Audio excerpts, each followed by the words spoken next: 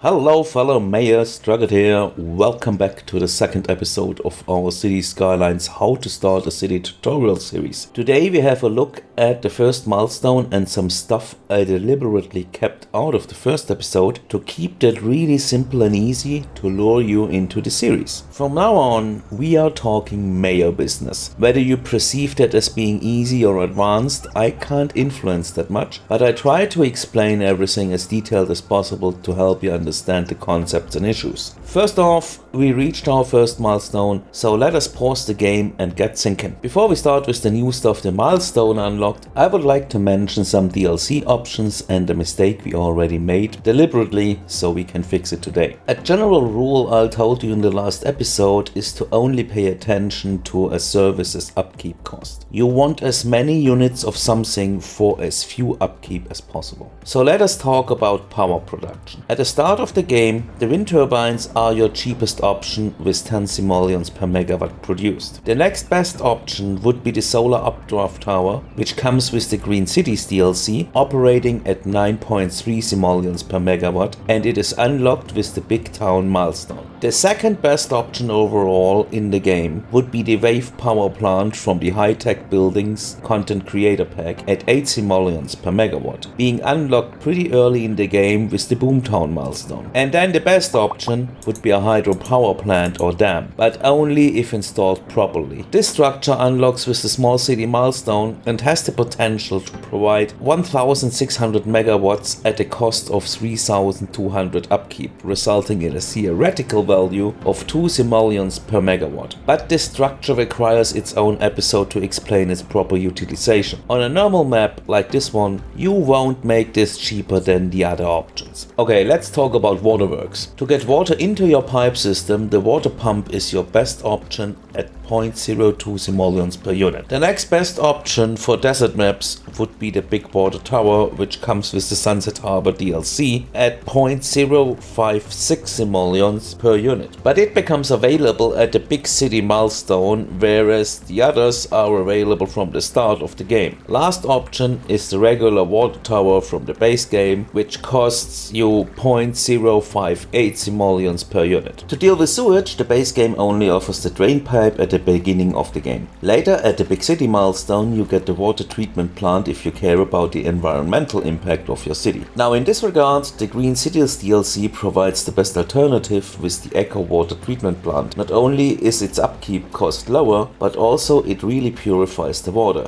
Sadly, you need to get to the capital city milestone to unlock it. The Sunset Harbor DLC also offers for inland water treatment plant alternatives. The thing is, they are causing ground pollution, so I never really considered them being a real solution. Now here is a tip to get good at the game that really separates newbies from advanced players, as it directly impacts the performance of the game: removing trees. You need to understand that animating trees to wiggle in the wind requires computational power, meaning what you want to do as a player is replacing the trees which are in an area with what you are trying to build on the map. Let's remove the trees around this building. Okay, you think we are done? Let's remove the street also. No trees there. Or are they? Let's save the game and reload the game. Oopsie, there they are. And the game knowing their exact position means they were there all the time, just hidden. Games are written in object-oriented languages, and with the experience the community gathered over the years, it is safe to assume that even though the trees are hidden, the other functions of those tree objects still got called to animate the tree's proper wind wiggling, thus using up CPU and killing your frame rate. Okay, editor note here. I was under the assumption that when I removed the road, the trees would come back. This is why I removed the other road as well, because I knew for sure there were those 3 trees hidden below. But turns out, just removing the roads does not unhide them. I actually had to use a mod to unhide all hidden trees and props. So that's why they appeared within those buildings. But this means the situation is even worse, because as a vanilla player, you have no chance of figuring out if you already hit a lot of trees and how to bring them back to be able to delete them. So make sure before you build up an area, remove all the trees. Now we don't want to lose that building, so let's put the street back in and also rezone the industry here. Luckily, I also need to explain how to deal with this when using mods. So my favorite tool for this task is Move It. You go into an area selection and mark only trees as target, then you select the area and all the hidden trees are marked. Click the bulldozer and they are gone forever. Another method to prepare an area would be using the forest brush mod. Not brushing forest and instead use the right mouse button to delete trees. Alright, now let's talk about what we got new with the milestone.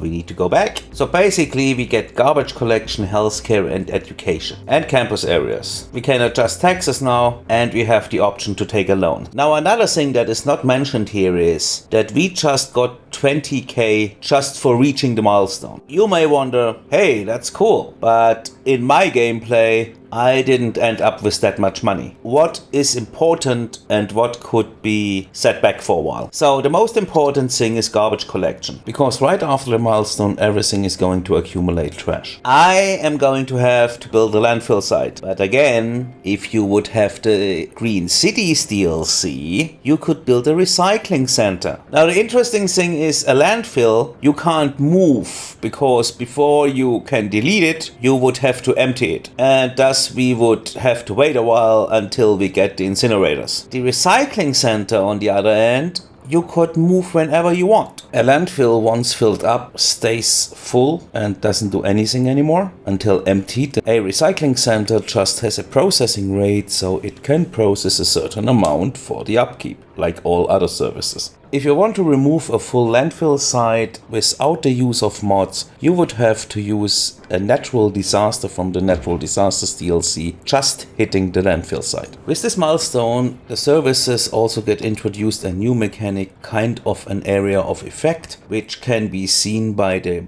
roads which are marked in green, basically telling the player that the service would operate on the roads which are green and no longer on the roads which are grey. Now in the case of garbage collection, don't worry about it, because they are going to drive over 5 tiles to collect your garbage. The next important thing, from my personal opinion, would be education. Now I have 3 options actually. Again, Green Cities DLC if you would want to build a community school. The green alternatives are kind of cool because they have less pupils or less students, but a bigger radius. The small thing is the European version of the elementary school, and to get this you need to activate the European style in the style settings of the game. So education is second on my priority list and the clinic or healthcare would be third. All services introduced with this and future milestones make people in their area of effect happier, as long as they also provide free capacity. Areas covered with all available services will rise in land value and thus also leveling up buildings, resulting in more taxes generated. Let's see how far these services actually reach. As a vanilla player, you have no other option than to rely on these green indicators in the streets. But let's have a look how this would look in a mod called Show It, which actually shows those indicators for all services for a building. It always points to the building at the bottom left of the information window. So I let you study the distance of the building we are looking at to the services we placed and its indicators, while I'll be talking about different things, like why I favor education over healthcare. The thing with education is that it is such a complex system in Cities Skylines that it requires its own episode in a tutorial. For now, let's just say clever citizens are better citizens, and that's why you should always favor education. And it also factors in the building's ability to level up, which again will also be a separate episode. What I just want you to notice is how far the effect actually stretches out into the gray area. It looks like we have power issues. We probably want to build another one of those guys. How about there-ish? We are using up 9 megawatts, so let's quickly check water consumption. That is all good. The other features we got were adjusting taxes, and here we could take a loan. Well, there is a tax trick. If you really need money, you could up them and then watch the indicator whether people are starting to leave, and then you could lower them back to around 12%-ish. But as you're paying attention, you're probably not gonna need it. Alright, the next milestone would be the Versi village at 650 population. So all we need to do is now grow our city further. Personally, I'd like to keep all the beginning service buildings in the same block, just because, yeah, we are doing redecorations, most likely. And then again, if you're wondering about the build pattern, it just creates a lots of T-junctions instead of four-way junctions. And T-junctions less likely are going to create congestion. Not saying we would be anywhere close to that problem. While in the growing phase, just have a look on the RCI constantly and rezone if necessary. And also check the city's vitals like electricity and water. Also, you should notice an ever-growing rate of income. As we are approaching the next milestone, this is the end for this episode, so please leave a like if you liked it, and if you have any questions, leave them please in the comments. Thanks for watching, bye guys!